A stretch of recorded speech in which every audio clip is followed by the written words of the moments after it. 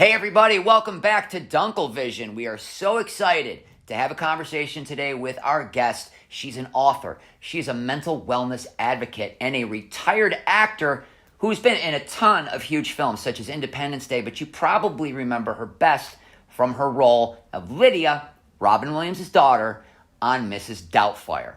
Ladies and gentlemen, it's Lisa Jakub. Lisa, thank you so much for joining us today. We're so excited. We really appreciate your time. Thanks for having me. I'm excited to chat. Yes, and may I ask you, where are you coming from us to tonight? Where are you coming to us from? I can talk. I don't know, somewhere. Earth. That's a great answer. Specifically, Virginia. Oh my goodness, it's for lovers, they say. It is for lovers. How long have you lived in Virginia? What they say about Virginia being for lovers is that it has to be because you have to have someone to check you for ticks. There you go. You need someone very close. Yeah. That's great. Is it cold there? I'm from the East Coast also, Buffalo area, so a little bit cooler than where you are.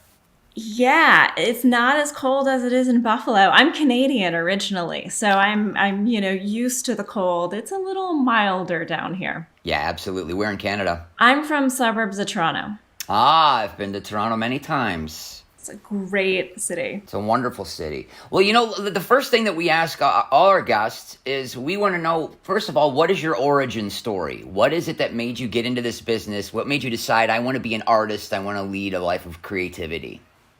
Wow, that is such a great question. Thank you. And it has been such a long and winding road. Yes. And I have ended up in places that I was not really expecting. So that's I relate. when you look back on that, it's kind of awesome when you kind of pan out and sort of see all the little choices you made and how that brought you to where you are. Right. So I started working as an actor when I was 4 years old. So inspiration struck in preschool. Well, a guy in a farmer's market struck, actually. Oh He my came God, up what are to- these stories? Yeah, That's it's great. one of those stories. He came up to my family. We were in St. Lawrence Market in Toronto, and he worked for a company, and he had written a commercial, and they wanted me to be in it. So it was one of those kind of random encounters that then snowballed into an 18-year career. Yeah, that's hard to believe in just random chance, isn't it? Sometimes when you look back and things like that happen. Yeah, absolutely. And so, they invited me to come in and do an audition. And I was 4. What the hell did I know about what an audition was, what Right. being in a commercial meant? And so I did that, and that led to them sending me to a talent agent. Talent agent sent me to more auditions. I started working a lot in Toronto when I was about 11, pretty much moved to LA, started working there. Did some movies that did very well in the box office, Mrs. Doubtfire, Independence Day, things like that. Did way more movies that absolutely tanked and were only popular in Denmark. Well, that's good. Foreign residuals still count for 15 cents, so I'm not complaining. They add up. And then, got into my early 20s and was living in LA and doing that working actor thing, but just really was struggling with anxiety and depression and really felt like I was living a life that wasn't authentic to who I was. I wasn't passionate about being an actor. And this is in your 20s, you said?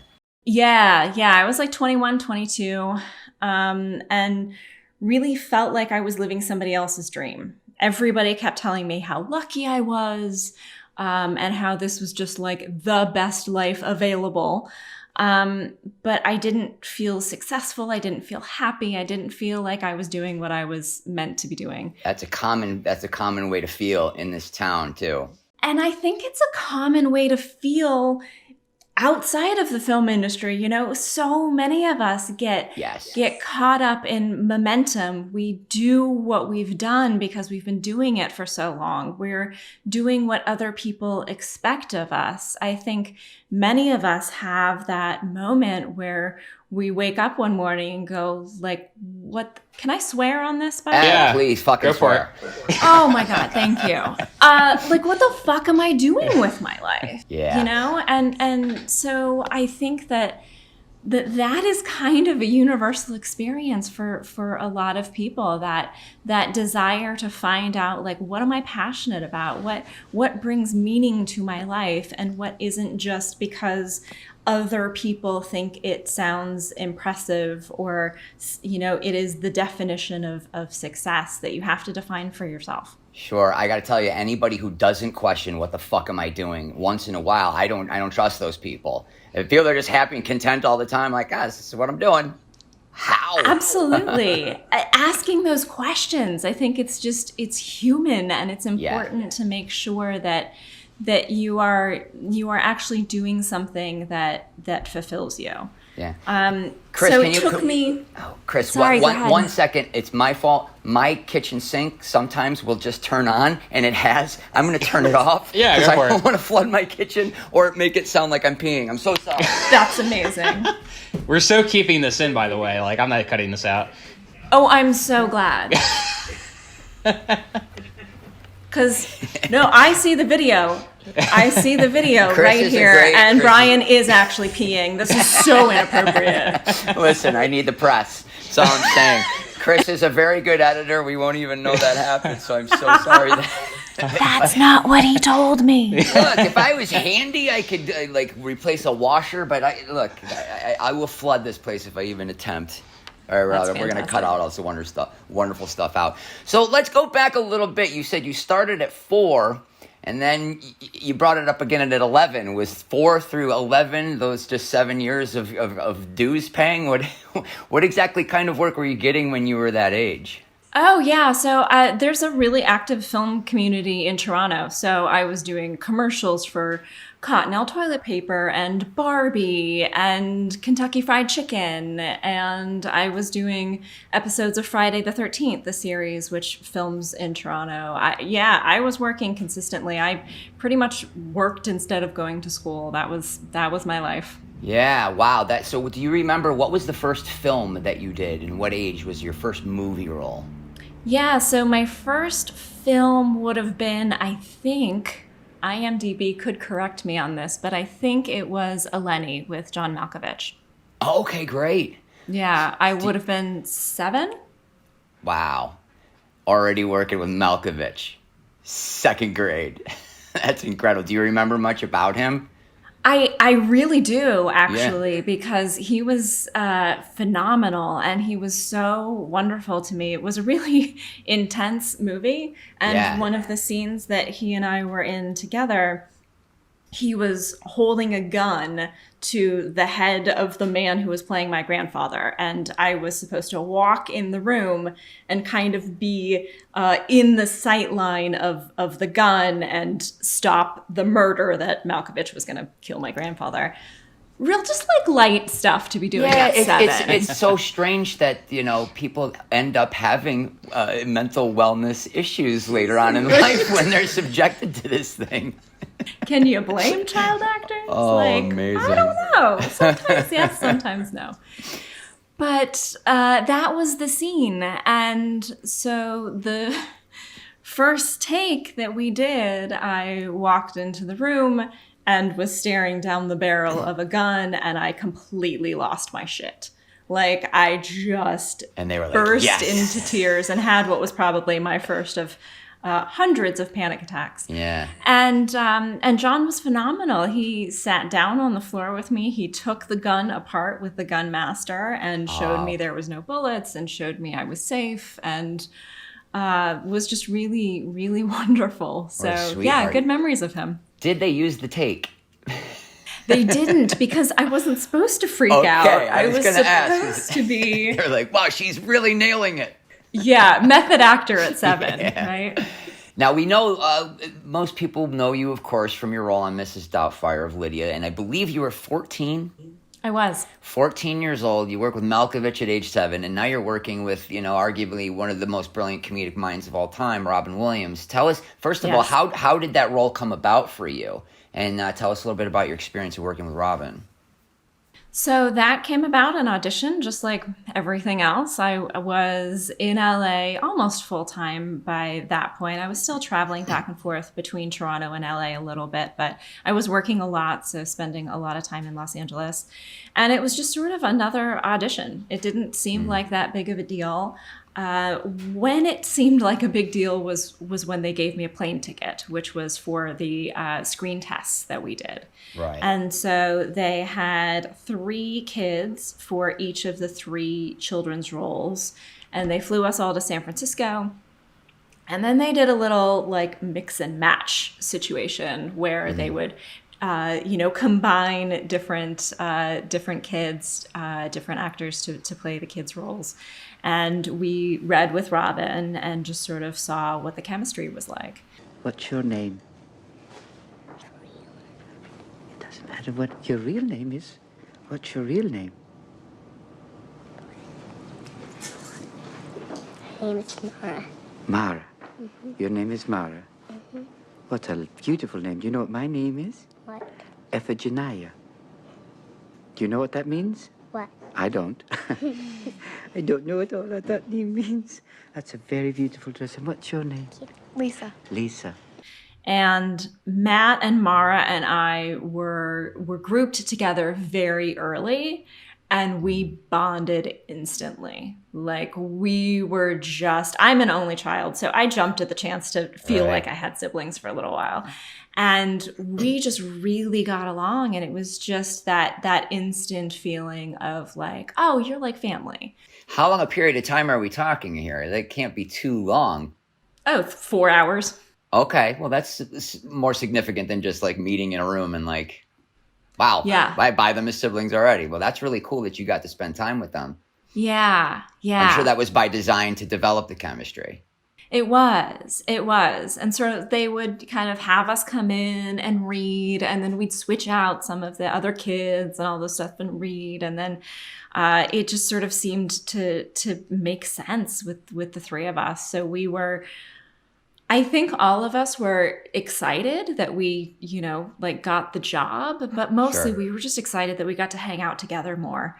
We were like, all right, it's going to be the 3 of us, right? Because we really want to be together. And it's interesting because when people talk to me about the movie now, which was almost 30 years ago, That's crazy. They talk about how it felt like we really were a family. And that's very true. We felt like that. And it's pretty unusual on a film set, to be honest. Yeah, and finding a little normalcy in each other and being able to interact with each other, because movie sets can be weird places. I mean, the one I've worked on, but I'm told. Yeah. Do you remember the first scene that you read with Robin? Is it something that made the movie? Do you have that recollection? I don't remember what the audition scene was. No, I don't remember it. Well, now, most people are aware of the story of Robin writing a note for your school, but in case that people haven't heard that, what happened there? So I was still, in theory, attending high school in Canada. And I had gone to about a week or so of grade 9 and then left for 6 months to film Doubtfire.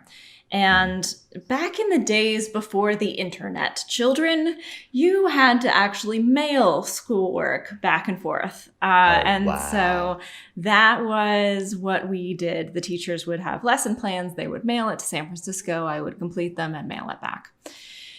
So partway through filming, my high school decided that this was just a pain in the ass for them. They didn't want to do it anymore, even though they had agreed to be accommodating, that it was not working for them. And they broke up with me. And they sent a letter that just said, don't come back. This is not working. Dumped by your school. That's a dream come true for most. It was the first time I was ever broken up with. It was pretty dramatic. Dumped. And so that is fucking devastating at 14 to have your formal education ended like that. What a difficult time anyway for any child.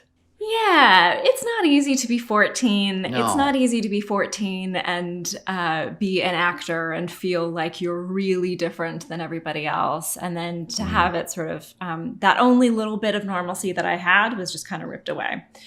And so I was deeply upset. Robin, being the kind of person who notices when people are upset, reached out to me, sat down and said, Lise, what's going on? And I explained to him what had happened, and he took it upon himself to write a letter to my high school saying, Lisa's amazing. You should try to support her as she tries to balance her career, her education. Wow. And my school got the letter, and they framed the letter, and they did not let me come back. We know Robin Williams. End of story. End of story. I think what we're learning here is that actors possess a heck of a lot more empathy than our educational system. And you were very fortunate to be with some really nurturing figures through such a young age in your career. Absolutely. Absolutely. Now, at this point, you said that, is this when you were starting to develop some problems with, you said depression, anxiety? Is this something that you felt had always been in you, or did it kind of develop through this career choice? Yeah, that's such a great question that I've thought a lot about. Like, is this something that is just built into my DNA, or does it have to do with growing up in the film industry in a really intense situation where there was lots of pressure, there was lots of criticism, there was lots of rejection, there was lots of focus on physical appearance, there's a lot of superficiality, all of those things? Or is this just sort of who I am? And I think the honest answer is a bit of both. Sure. And that I remember having a panic attack when I was 11 on the set of Night Court. Oh, wow. Remember Night Court? I loved Night Court. Night Court was amazing. So yeah, had a panic attack on the set of Night Court. And then during film, were you filming a scene? Yeah. Now, was Night Court, was that a live audience? It was. Oh my God. So on set, live audience. Yeah. Are you comfortable talking about what happened? Yeah, luckily I was able to keep it under control enough to step onto the stage and do my scene, but I totally had a panic attack before cameras were rolling because I had never worked in front of a live studio audience before, and it's a very different situation. I think a lot of people think so different. Oh, you're an actor, you're used to having people watch you. Well, maybe if you're a theater actor, but film and television actors, generally, there's a crew of about 60 people, but they don't care about you. They're not watching you. They're watching the lighting. They're watching the costume. They're making sure you put your glass down on that same line that you did at the time before. Yeah. It's not the same as people stacked in bleachers there looking at you. And so, I totally lost it. Pulled it together and went on and did my scene. But that was the first time that I remember having what I now think of as a panic attack, which is the heart racing, the palms sweating, the tunnel vision. You can't hear those feelings that send a lot of people to the ER because it feels like a heart attack. Yeah, I've only had a couple in my life, but it is no joke. And by the way, I've seen adults have that reaction when they first step out to do a scene on a sitcom with a live studio audience. I did Two Guys, a Girl, and a Pizza Place, and he could not get the line. He flubbed the line, I'm not kidding, 20 times. Sure. In front, and they had to cut the line down. I know it was like, hey, remind me to get Pete and so-and-so new lives for Christmas. And I'm like, why can't you do it? But once it starts and because you're melting your senses shut down. Yes. It absolutely is. I mean, you go into fight, flight, or freeze. And if freeze is your reaction of choice, your mouth won't work anymore, Yeah, that's right. And it's biological. Yeah, so this is 11. Were your parents aware? Did they do anything? What exactly happened after that? Yeah, so I sort of explained what happened. I think, my parents, neither of them have anxiety in the same way that I do, so they kind of didn't know what to do. but helped me to kind of learn some techniques about, okay, how to take some deep breaths and things like that helped. And then honestly, it wasn't until a few years later when I was 14 and on the set of Doubtfire that I talked to Robin a lot about my anxiety. And he was incredibly open about his issues with mental wellness, his issues with addiction, depression, all of those things. And he was so open with me and had zero stigma or shame around it. And it really was the first time that I felt like somebody else gets it and somebody else knows what this is. And to kind of bring that to light and have me realize that I didn't have to be ashamed. I didn't have to feel like the only person in the whole damn world that had this, because for a long time, that's how I felt. Yeah, of course, just to make you feel like you're not alone. Yeah. This is not unique to just me. This is something and it was not talked about. It really wasn't. It really wasn't. And I think that has really been kind of a guiding force and an inspiration for me in the work that I do today, working with people who have trauma, anxiety, depression, all of those things, because I want to be able to pass on that feeling that Robin gave me of like, hey, there's someone here to listen. There's someone here to offer their own experiences. There is someone here who can help and make sure that you know that this is not just a you thing. This is really common. People just don't talk about it. Right. Now, was this the catalyst of making you decide to walk away from the business? So I think there were a lot of reasons that I decided to be done with being an actor. One of them being like, I'd done it since I was 4. I had an 18-year career. It was fun. It was time for something new. But also becoming an adult in the film industry and navigating the adult film industry as opposed to, well, I made that sound like I was doing porn, not the adult film industry. Being an adult in the film industry, you know, it is different, and you become much more aware of the downsides and the misogyny and the competition and all of those sorts of things. And I really kind of wasn't willing to do that long term. And I knew that it wasn't something I was so passionate about that I was willing to overlook all the downsides. So I had no idea what I would do next. I was absolutely terrified, but I knew that it was just time for me to make a change and try doing something else. And it took me a while. I left LA. I got my GED eventually. I went to college, and I became a writer. And that was something that I have always done since I was a little kid and have always found to be a really great outlet and way to understand the world and way to communicate and connect. And so I wrote my 2 books, and then, you know, it's kind of morphed into being able to support people who struggle with the same sorts of things that I do. My first book was a memoir about growing up in the film industry and making the decision to leave. Would that be You Look Like That Girl? You Look Like That Girl, yeah, which I hear all the time. Yes, of course. And then, you know, when I wrote that one, I did talk a little bit in that about the anxiety and depression, and that was so often what people contacted me about. They're like, oh my God, I have anxiety and I don't know what to do. And so can we talk about this? So I was like, oh, book number 2. Fantastic. Yeah. And that would be Not Just Me. That great titles, by the way. Both of these phenomenal book titles. Thank you very much. It's just wonderful to be recognized. You're shining a light on something that more people are affected by than anybody had any clue about, because we just didn't talk about it. And then, you know, we got a goddamn pandemic, and more people are either having to be honest about what they're struggling with because it is intensified. They are cut off from their coping mechanisms. They're cut off from their communities. Yes. Or people who have never struggled before are now having a hard time.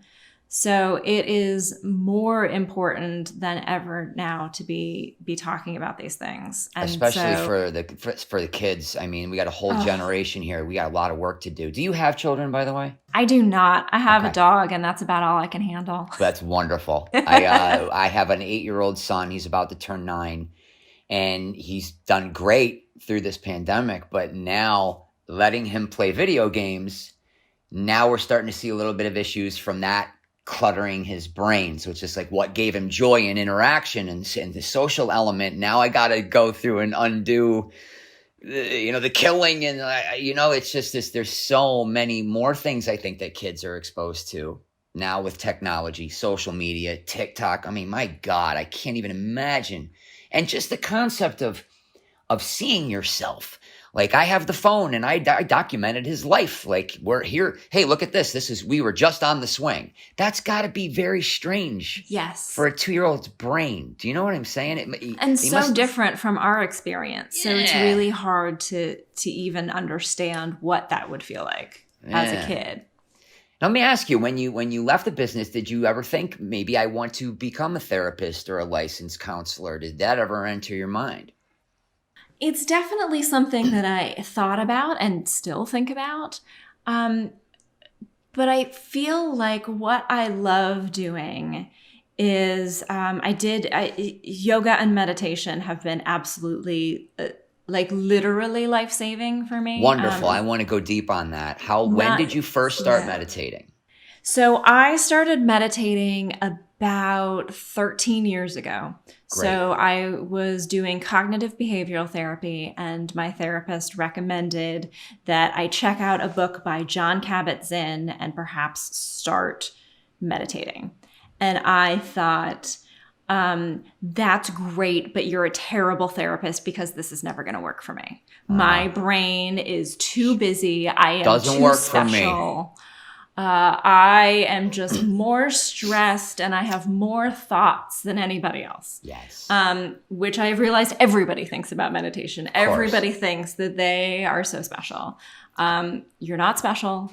No one's brain is special. Everyone's brain. This is the human condition. The brain, we have trained it to, and honestly, evolution has trained it to look for problems. Sure. That's how it's kept us alive. Yes. And so we need to work with that in order to come back from spinning out about the future, spinning out about the past, and just be right here. Yes. So, isn't that what they say? Living in the past is depression. Living in the future is anxiety. All there is right here, right now. Absolutely. I'm so excited that you know that little analogy, by the way. It's changed my life. And I tweeted out one night, it's kind of a little bit pious, but I was like, meditation doesn't work for me. No, you don't work for meditation. It doesn't just happen. Do you remember how long that you were doing it before you really started to feel or see any kind of change? Can you talk about that a little bit? So I remember doing it for a couple of weeks and thinking, this is the hardest thing. It is mindful, or were you trained in a technique? Can you talk about what exactly were you doing? How long? Sure. How often? So I started out doing a daily practice. So every morning I would sit down for maybe 5 or 10 minutes. So not a really long time, but I tell you, when you are sitting there alone without your phone, 5 or 10 minutes sounds like a really long time. Eternity. And so I was just doing a basic breathing focused meditation where I would focus on finding the sensation of breath in my body. So feeling my chest rising and falling, feeling my belly puffing out on the inhale, drawing back towards the spine on the exhale, all of those sorts of things. Mm-hmm. And so I was doing that for a couple of weeks. And I found it to be incredibly difficult. And sometimes I'd just sit there and cry. And sometimes I would sit there and get really pissed off. And sometimes I would just be bored and decide that this wasn't working. Yeah. And so I went back into my therapist and I said, I'm doing this thing because you told me to. And I do what I'm told because I'm a people pleaser. And so I just want to make everybody happy. So I will follow your directions. But I don't know that it's working. And I said, my thoughts are just they're too big and they're too chaotic and they're just everything. And she said, but you're not your thoughts, right? And I said, wait, what? Yeah. I was like, no, you have to say that again because I literally don't understand what you just said. Uh-huh. And she said, well, if you can see your thoughts, if you can see them bouncing around like a rabid raccoon, then you are something other than those thoughts, right? And I'm like, okay, hold on. I just need The a observer. second. Yeah. Because now let's light a joint and talk about it. Right. Crack I out prefer the a gummy, but it's all fine. Okay, whatever you're gonna do. So it's this idea that we can decide how much attention and focus to give a thought. Yes. It never occurred to me before that I could like pick and choose and go like, oh, that is not a thought that I feel like going down the rabbit hole with. I'm going to let that go. And so I thought, like many other people do, that meditation is where you sit down and you clear your brain and you have no thoughts and nothing comes. That's the misconception, and that's what I would tell people. You are just in this beautiful peace. Yeah. And it is not at all like that. You get maybe slivers of that when you've been practicing for like 9 years. Yes. But this new understanding for me that thoughts can come and I can be like, oh, no, thank you. Mm-hmm. Close out that browser. And I can pick a new thought rather than the thoughts defining me and running/ruining my life. Yes. And that is when everything changed for me, because that's when I realized that I wasn't failing when I sat down to meditate and had thoughts. But what happened was that I was able to change my relationship with the thoughts. Yes, you acknowledge the thought, you welcome it, and then you let it go. And that's how you're able to let go of the guy that just beeped when the light just turned green. And I'm trying real hard, but I will every time, I will go out of that intersection as slow as I fucking can. And I will look him in the eyes through my mirror. I don't know how much meditation it's going to take to get rid of that passive aggressive bullshit, but I'm not yelling. It's just a little bit less of a dick, but that's what meditation is. That's pretty good for you. That's what it should be. That's what it should be. Be just a little bit less of a prick. Meditate. That should be the slogan. I want to talk about this more if you don't mind, because I want to talk about my experience, because I'm having my son meditate now, and I keep telling him this is the biggest gift that I can give you. And I mean it, because it is the biggest gift that I have received in my entire life. Shortly after my son was born, his mother developed a very, very bad case of alcoholism. And I went to an AA meeting with her. I was like, I'm going to be as supportive as possible. This is very early in the alcoholism journey, but it was meditation themed. And I thought, I've been hearing about that. I listened to 2 podcasts in particular, Joe Rogan's. I listened to him very early on. He always has such interesting guests. One of them was a comic, Duncan Trussell, and I started listening to his podcast. Talked about meditation a lot. And so I was like, ooh, meditation theme. They shut the lights off. In the last 20 minutes, it was just like they shut all the lights off. Now everybody just meditate. I'm like, well, whatever meditation is, I guess I'm going to do it. And I'm not kidding. When they turned those lights on and I got up to walk out, I was high. I don't know how else to describe it. Physically, something happened to me. And I thought, that's the day. I thought there's something to this. And I just tried to figure it out myself. And so I would listen to music, or I had this chanting, whatever it was. But I would do it 20 minutes, and I was doing it twice a day because I had that kind of free time. But I would say 2 or 3 months in, something happened to my vision, and it's never been the same. I don't know how to describe this, and I want to know if anybody else knows what I'm talking about, because I see little dots. I see tiny swirling dots everywhere I look. And I researched it. It's a thing. It's called visual snow. I don't know how else to describe it. It's really pronounced at night, but I'm looking at my curtain right now, and I can see all tiny microscopic, just swirling patterns of dots. And it's been like this ever since. And I looked it up, and apparently if you have like a Kundalini experience, which I guess is what happened to me, Wow. this is what I have now. For some people, it's debilitating. For me, I think it's cool. But I'm telling you, if I shut my eyes at night, sometimes there's a show, and if there's a gummy involved, let me tell you what, it's like Cirque du Soleil in there. But it's really, really interesting. And has anything like that ever happened to you? I'm dying to talk to somebody that's happened to. No, but I'm so jealous. I know, maybe I should go see the eye doctor, but no, there's nothing wrong with my eyes. It's just like, this is just what happened to me. I cannot stress enough how much it changed my life. It's been 8 years now. And it's probably the reason I haven't killed anybody. You know what I mean? I just really, am I a monk? No. Do I still get mad? Of course I do. But there's a podcast, 10% Happier. That's a really good way of looking at it. And I think it's higher than 10. I think it's way higher than 10, especially if you're a person that tends to be a prisoner of your own thoughts, which is what happened to me. And that's what this business does, I think. And it's an interesting question, isn't it? Does this business do this to us, or do people like us get into this gravitate business? towards Of course, it. you were so young, but that's the debate. I think it's a little column A, a little column B.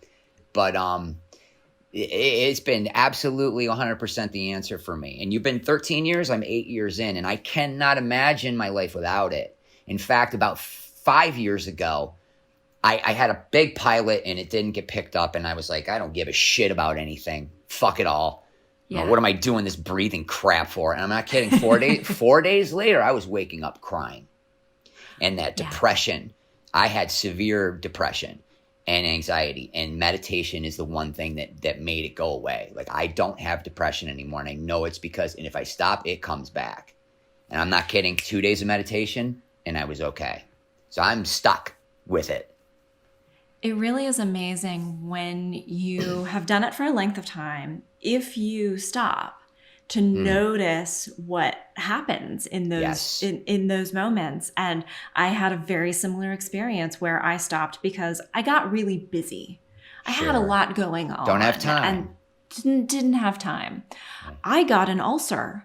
I got an actual ulcer. Yeah. And so I was like, oh shit, I better meditate again, because I don't want to be on ulcer meditation. You know, my body told me. And I think that's so interesting what you said about, like, I think it's the reason I haven't killed anyone. Mm-hmm. And I think that that's another thing that, first of all, I think that's a great tagline. Marketers for meditation should just be like, don't kill someone, meditate instead. Yeah, exactly. We'd have a better world. But, you know, I think one thing that people need to understand if they're interested in starting a meditation practice or getting back to a meditation practice is that it doesn't matter how it goes when you meditate. It can be a really difficult experience where it's like your mind never settles, but it's a training ground. Yes. Like, you are practicing and creating new habits for when you are in traffic with that guy who is pissing you off, when you get the passive aggressive email, when you have difficult decisions to make in your life, when you have kind of that discomfort and challenge in our everyday life. And what it does is it teaches you how to create space.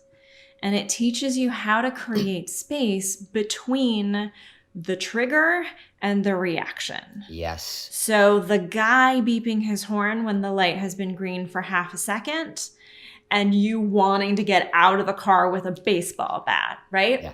Yeah. And so when I have a bat in my car, by the way. How do you know that? See? I just know you, Ron. I got my kid's Little League bat is in my car.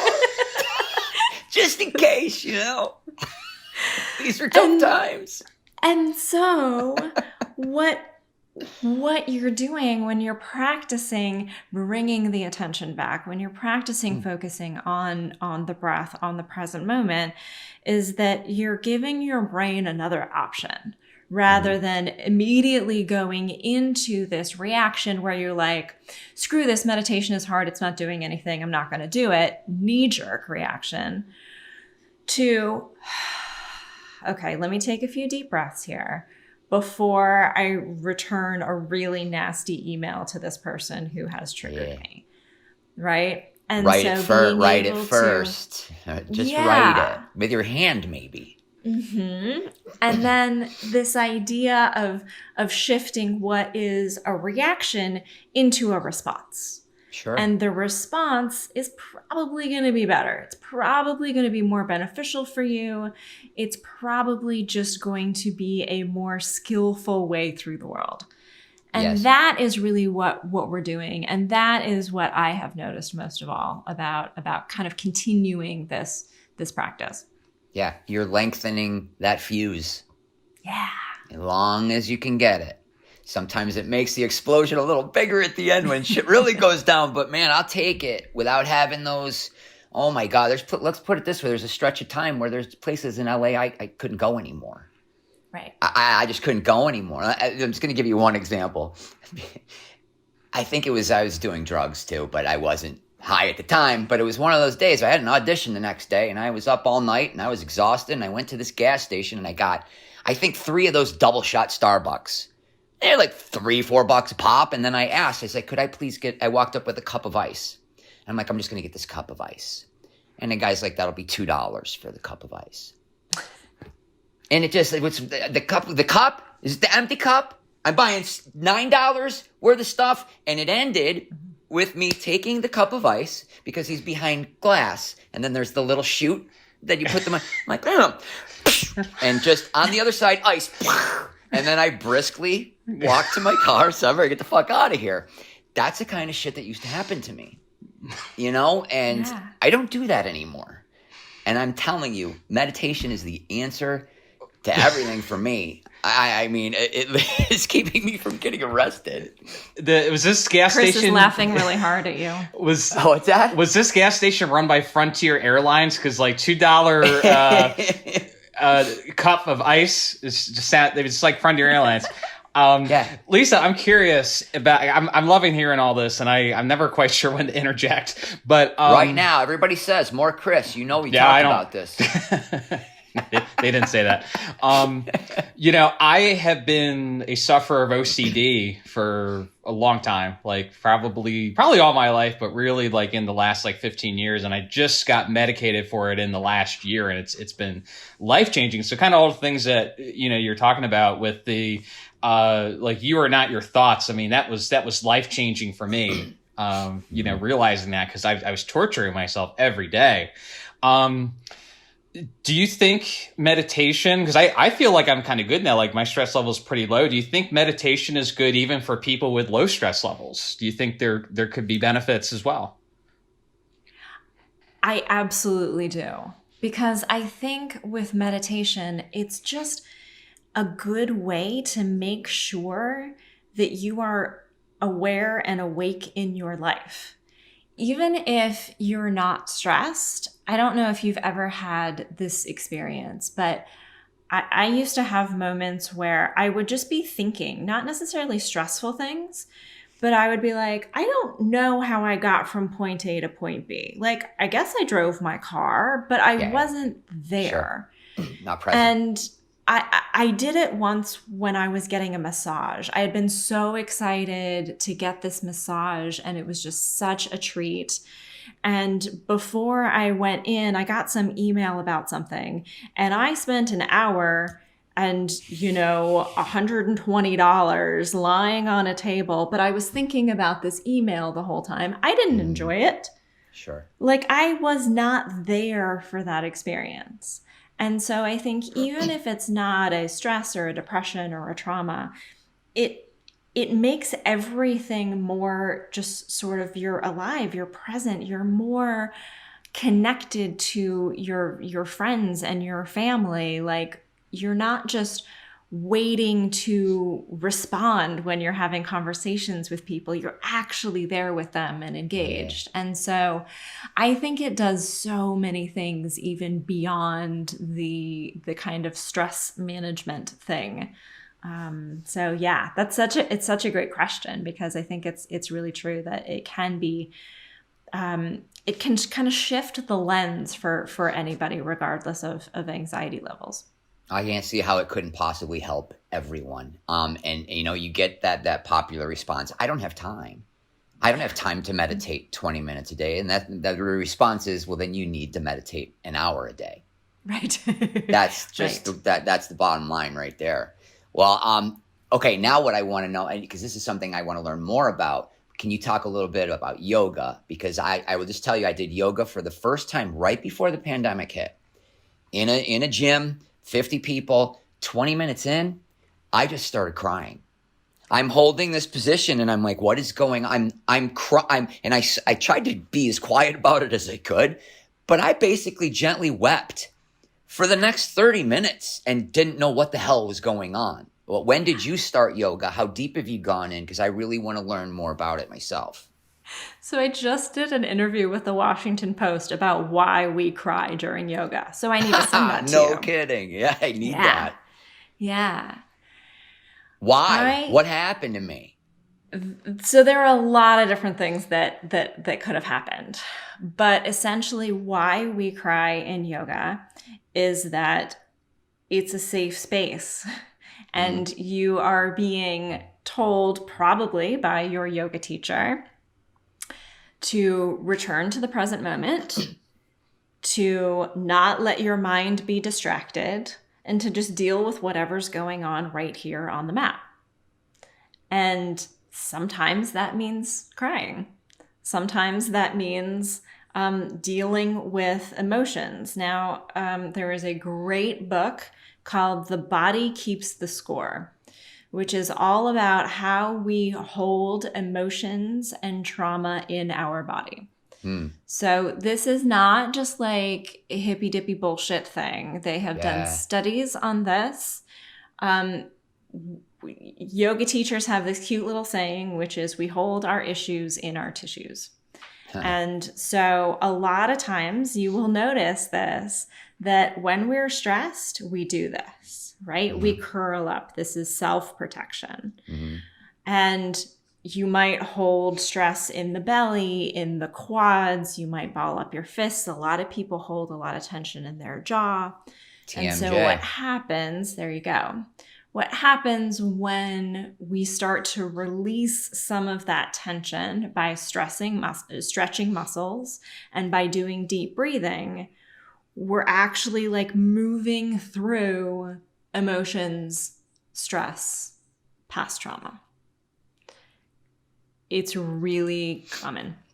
Yeah. And well, I will tell you that your yoga teacher noticed you quietly weeping on the mat and was like, downward facing. The yoga is working. Yeah, right.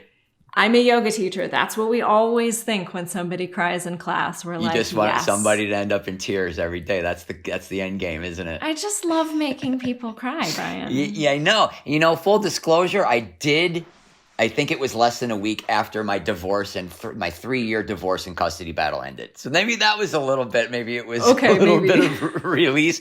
I don't know if those two things are related or not. So how you're an instructor then? I am. So I started practicing yoga a couple of years after I started meditating, because I heard like, oh, there's something connecting yoga and meditation. Turns out yoga, just moving meditation. That's all it is. Yeah. It's just meditation, but with some more focus on the body, because, you know, you have to plant that left hand and reach that right arm up, and you know, all those sorts of things. And so I started a couple of years after I started meditation and found that it just deepened my meditation practice incredibly and kind of got me to a different place with that, because sometimes it's just really hard to sit down and meditate. And so a yoga practice can offer a different way to get into it. I work with a lot of combat vets now. Oh, great. And it's amazing for them, because for folks with that kind of intense trauma, just sitting, there's something also about the stillness. Stillness is very vulnerable and can be dangerous in a combat situation. Yeah. And so having that sense of movement can be really helpful for them and a way for them to get into it. And so I practiced yoga for many years and then realized like this is too good to keep to myself. I really want to share it. So I became I'm a 500-hour therapeutically focused yoga teacher. So Oh, wow. I'm really focused on working through the emotions and using it as a therapeutic tool for trauma, anxiety, and depression, and like not so much about getting your ass cuter. Well, that's always a plus too, because Yeah. at this age it drops. Now, what's your advice? Because I did start meditating pretty regularly. I was doing it every day. I got the mat from Amazon along with so much shit I didn't need during this pandemic. But I've gotten away from it a little bit because when the gym opened back up, I really do like lifting weights and just like I like feeling like, oh my, this hurts for 3 days. But I want to get back into it. And I think the problem was I was just doing this. I just found a random video on YouTube, and maybe I just had done it too long. Like I needed a new one or a new challenge. What's your advice to me to start doing that again in my own home? How long a length of video should I be looking for? How difficult? Because some of it is crazy hard. Yeah, you don't need to stand on your head to do yoga. I think that's important to know, especially if you're new to the practice. Like a simple yoga practice is going to be incredibly beneficial. So I have a ton of yoga videos online. So you do? That's do. Great. I'm gonna look those up. So you can do yoga with me. Fantastic. Yes. So Chris, you in? Sure. I'm thinking, boy, I should have done this stuff a long time ago. I just want to see you in yoga pants, dude. Let's do this. I would like that too. Oh gosh. Please send me a video. I'm sure my wife would too. She'd get a kick out of it. We got a whole new YouTube channel coming. What I wanted to ask you about Blue Mala. Am I pronouncing that? You Blue? are. Okay. Blue Mala. Yes. Rhymes with Paula. Yes. So that is where you can find all those yoga videos. I have meditation videos there. Oh, great. And I have a lot of articles all about mental wellness. So about all of the issues that come with that, about perfectionism, about sleep, about pretty much anything that has to do with those topics.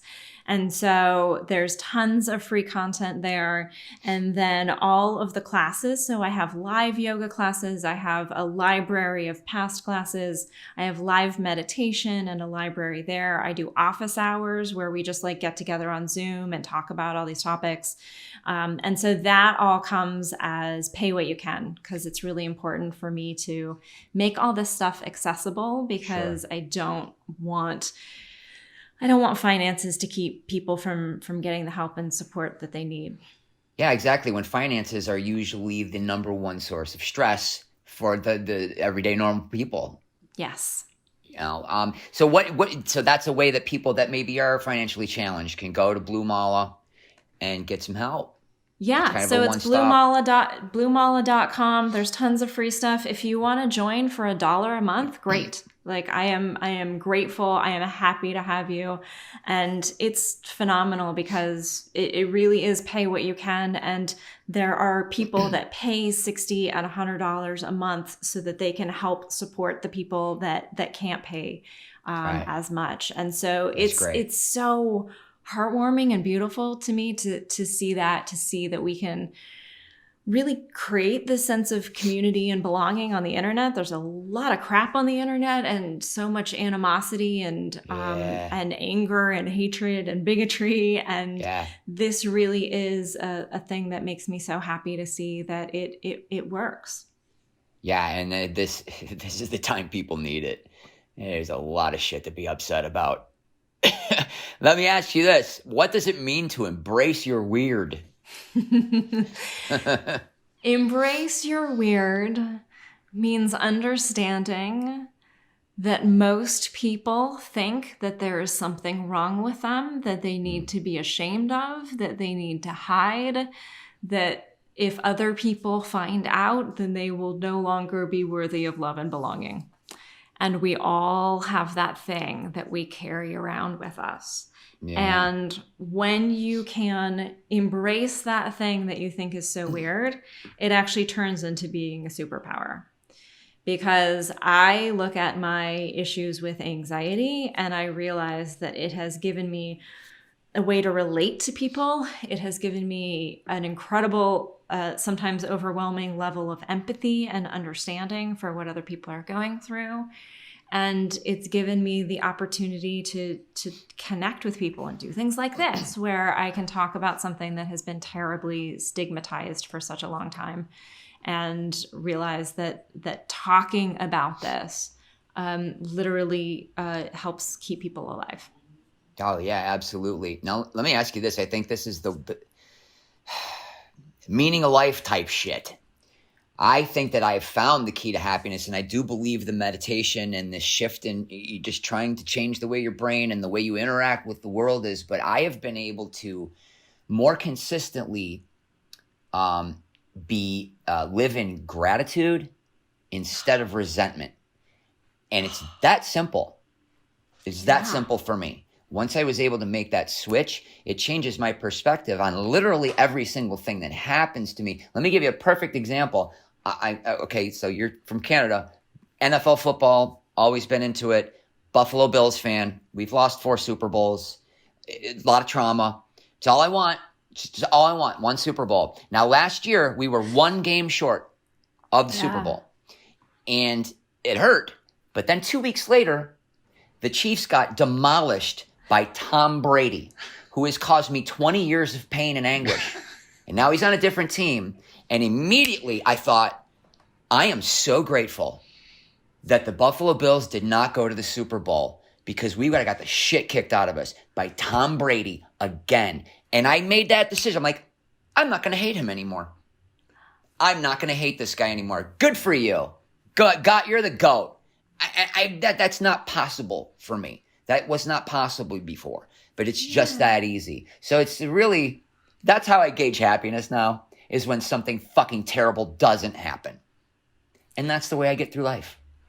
And I'm so much happier. You are a gratitude hero. That's it. Gratitude hero. Merch. Chris, you writing your shit down? Yeah, man. Brian Dunkelman, gratitude hero. Oh my God. That's going to be the name of my next album. I want a hat. By the way, where can people find your books? Where can people go purchase your books? Yes, so my books are on Amazon, and if you would like, I do signed and personalized copies, and so you can either go to bluemala.com, blue like the color, MALA, or go to hellolisajacob.com, and I will sign books and send them to you, because I love doing that. Bluemala.com. Lisa, what was it? The second one? HelloLisaJacob. HelloLisaJacob.com. Yeah. Chris, do we have any more social media questions? Because I want to ask, how can we find you on social media? Yeah, that was it. I mean, we hit the questions. Everyone always asks the questions that we kind of expected. Right. So no surprise there. And Brian also knows what it's like to answer the same question for like 20 years. So yeah, you've never been asked about Robin Williams. We understand that. No one ever Like, oh, asked. thank you. It's What so an interesting take. What an interesting take that you would be interested in him. Where can people find you on social media? Are you on Twitter? Or are you on do you do the TikTok? I'm not there yet. I am not on TikTok. Yeah. I am, but I got like 7 followers because I posted 2 videos and I'm exhausted. TikTok sort of scares me. I may try to get there. I have an account. I don't use it. But I am on Twitter and on Instagram. I left Facebook, so I'm not over there anymore. Good for you. But that was a mental health decision I certainly made. It's the right one. Thank you. Yeah. And is it just your name? It's on just Twitter? my name. Lisa Jacob. Spelling of Jacob's a little weird. It's Jakub, but I am over there on Instagram and Twitter and YouTube. Wonderful. And anything else that you'd like to plug? Anything that you're working on? Just bluemala.com is the place we need to go. Blue Mala is the place to go. It's been really wonderful. That we've only been up and running a couple of months, but the response has just been phenomenal. And that's great. The membership community is growing, which is so beautiful. And it's been a lot of fun to put it together and get the feedback. So yeah, come on over. We'll do some yoga together. I'm absolutely going to check out your videos. Sounds good. And just think it's so wonderful that you're doing something positive to make this weird existence just a little bit less weird and a little Thank you. just to let us get through this life And Yeah. I really, really appreciate you talking to us. I really enjoyed talking to you. And I absolutely enjoyed it as well. Thank you so much. continued success to you. And let's just keep going. Let's just keep ascending, huh? Isn't that what it's all about? We'll just keep not killing anybody. I think That's that's keep great. not. This just in, Dunkelman has still not killed anyone. That we got to get that Hero. press, man. Come on. Hashtag hero. Hashtag hero. And Lisa, your newsletters, I love your newsletters. Every time I read them, they're so calming for me, and I don't know, like they just put me in a good mood. So I just want to thank you for that, and I encourage anyone that hasn't signed up, please sign up. Oh, thank you so much. That's amazing. I appreciate that. Wonderful. Well, thank you so much, Lisa. We really appreciate it, and namaste. Namaste. Thank you. Hey, what an amazing conversation. Yeah, absolutely. I will talk meditation with somebody till the fucking cows come home. I really can't recommend it enough. Yeah, Such a miserable prick, dude. You didn't know me. You didn't know me when I was just a dick. Although, very charming dick. I mean, I saw you on TV, but yeah. So it's documented. It's been documented. I forget that. Yeah, well, it's interesting. Like, this is our third interview. Our first two interviews, mental health came up a lot, and I thought, boy, what a perfect person to talk to. Lisa Jakub, with her background in the entertainment industry and all the amazing things she's doing now. I think it's great. You know, we need more people like her helping the world just be less terrible. Yeah, 100%. With most child actors, things not going too well for them in their adult life, and for her to recognize that at such an early age and say, "Check, please. I see what this path leads to," and to be able to turn that around and actually pay it forward using her own experience. Look, this world needs as much help as it can get, and it was really, really cool to talk to her, and I love what she's doing with her life right now. Absolutely. So, well, this is going to be our last show for 2021. So, yeah, I think so, unless I get someone before then. But this is really exciting. So I want to thank everybody that has supported us with these first 3 episodes. We're looking forward to bringing you about one a month into 2022.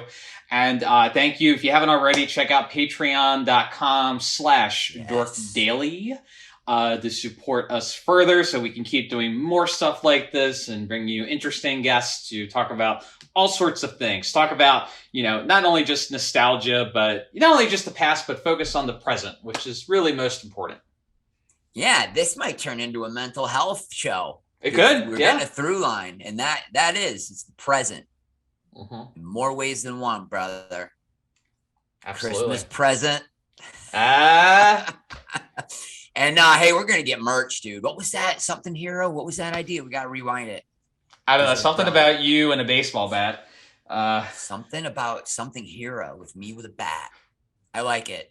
We're gonna work on that merch. Can I tell you, when you were talking about someone that you hated, you're talking about Tom Brady. I didn't think you were talking about Tom Brady. What do you think I was talking about? You know. Oh yeah, no, I don't hate. I know, but I just thought it was. I'm like, what is he talking about?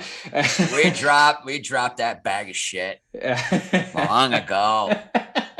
You got enough bags to carry. Yeah, man. No, I'm proud of you. You've come a long way. I have to tell you, you've come a very long way, and I'm very proud of you. Personal growing like a mother. Let's keep it going. Yep. Let's keep it going. I wish we could join hands and meditate right now. Someday, buddy. Someday. Someday we'll get the VR gloves. Yeah, right? Yeah. Oh, I can't wait for the future, and stay tuned for our new yoga YouTube channel. Yoga with Dunk and Chris. We're workshopping that right now. Yeah. That's all we got so far. All right, brother. All right. I had Merry Christmas and Happy Hanukkah and all of that stuff that we don't want to offend anybody. Let's just all fucking be happy. Let's just all be happy. I don't need to swear. There's no reason to swear. Merry fucking Christmas, everyone. Merry Christmas. I have been Chris Pierdomenico. And I'm Dunkelman. We'll see you next year. DunkleVision. Take it easy.